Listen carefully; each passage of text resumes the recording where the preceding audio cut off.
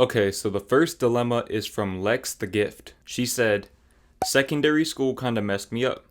I had friends, but I was also the victim of bullying from some of the meaner girls in my set. I now feel like I'm always walking on eggshells, scared that someone will crap on me for doing the slightest thing wrong. And I'm also defensive when I shouldn't be. How do I overcome this? How do I move on and forgive all the girls who treated me so horribly? Okay, Lex, that is terrible, first and foremost. I'm sorry that you had to go through that. Bullying is something that I'm very fortunate to not have experienced much in my life. You know, maybe when I was like a little kid, I might have gotten bullied occasionally by some of the older kids, but I always fought back. You know, I never just curled up and let people bully me like that. But at the same time, I've always been able to empathize with people who were bullied. You know, every time I would see somebody getting bullied, I would either make an effort to connect with them in some way, or I would try to stand up for them. You know, and to anyone watching this, if you see someone getting bullied, do the right thing. You know, stand up for them. Because, you know, especially at a young age, when you get bullied, that does something to you psychologically, as you can see right here with Lex. When you get bullied, it really kills your self-esteem.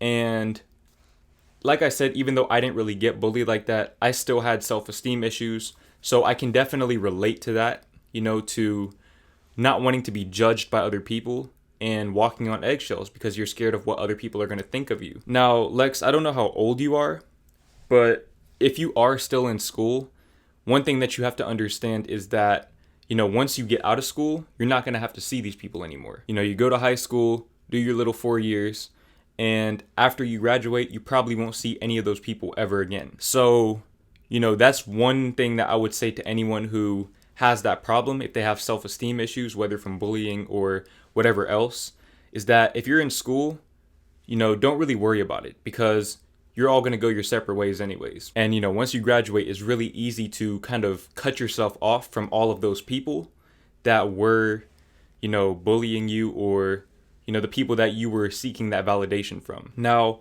another thing that I need you to do, and this is going to be kind of difficult, but I saw that you used the word victim. Now, obviously, it's easy to feel that way when you've been bullied, you know, but you have to change your perception of that experience.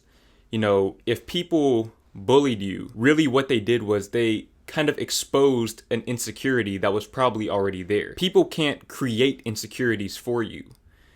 They can only expose the insecurities that are already there. So if they were like telling you certain things, if they were targeting your physical appearance or the way you talk or whatever else, you know, you have to learn to accept whatever it is that they targeted. Use that as an opportunity, okay? Instead of seeing yourself as a victim, think of it as them giving you an opportunity to learn to love yourself even more. Okay, you need to learn to love and accept all parts of yourself. And you know, that's something that I had to work on myself whenever I started to, you know, grow my channel. Because as my channel grew, I also got haters.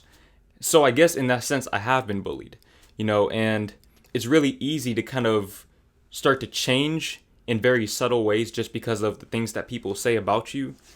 But at the end of the day, you know, you have to be yourself, because for every hater out there, there's going to be 10 people that like you just the way you are. I see that you say you had friends already, which is good. You know, you need to make sure that your friends kind of help you build that confidence as well. Just make sure that, you know, you're surrounding yourself with people who accept you as you are, and learn to accept yourself as you are as well. And as far as forgiveness, that is very important. You have to learn to forgive those girls. Like I said, the only way you can really do that is don't take it personally. Try to see it in such a way where they're providing you an opportunity to love yourself even more. The next dilemma is from, I don't know how to say your name. I really don't know how to say your name, but code switching messed me up. I've always been one of the few black people wherever I go.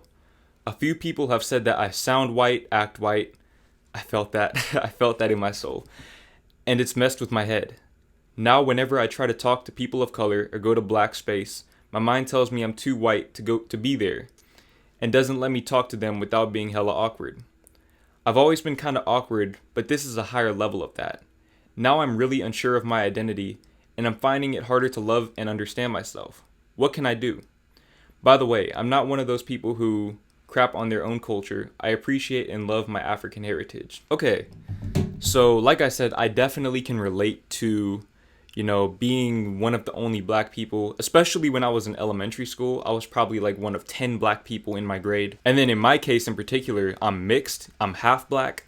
So that made it even worse because, I couldn't really relate to, the black people, and I also couldn't relate to the non-black people. You might have that problem too, just because, you're African. I'm assuming that you're like maybe first gen, second gen. So you may have that cultural barrier as well, which would make it even harder. I think just like with what I told Lex, you have to learn to love yourself and accept yourself as you are. People are going to say things about you because they're ignorant. At the end of the day, they're ignorant. They don't understand you. They don't understand your culture. They don't understand your heritage. So, as a result, they cast judgment upon you because they don't understand you and they fear what they don't understand. So, you have to learn to break that cycle and love yourself. And when they see that you love and accept yourself, then they're going to accept you, as a result. It's much easier to accept somebody who accepts themselves first. And if they don't accept you, it doesn't matter because you accept yourself, and that's the only validation that you need. Just like I told Lex, not everyone is going to like you, but for every hater that you have, there's 10 people out there who accept you exactly as you are. So, I know that growing up in an environment where you're the minority can be very challenging at times, and it can make you question your character. It can make you question who you really are. But the key is, you have to learn to accept yourself as you are and just be who you feel like you naturally are. I feel like everyone truly knows who they are, but sometimes they're scared to accept who they are. So you have to learn to follow your intuition and just do what feels natural to you. And also, I just want to address this real quick.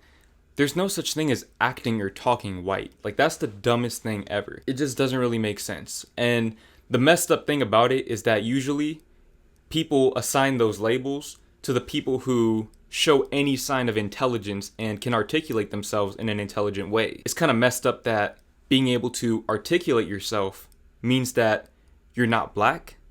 That's kind of racist. I don't know. The next dilemma is from Neb.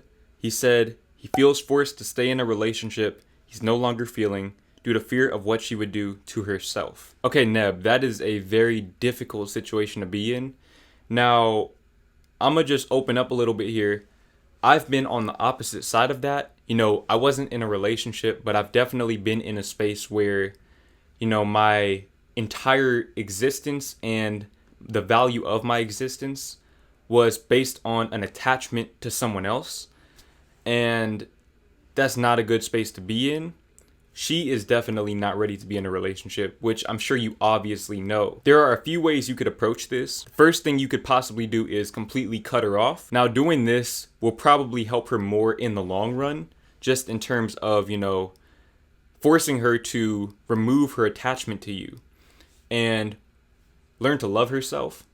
But if you feel like she genuinely might harm herself or go even further than that, if you were to do something like that, then you obviously don't want to cut her off, because even though it wouldn't be your fault if she did something like that, I'm sure it would still be on your conscience.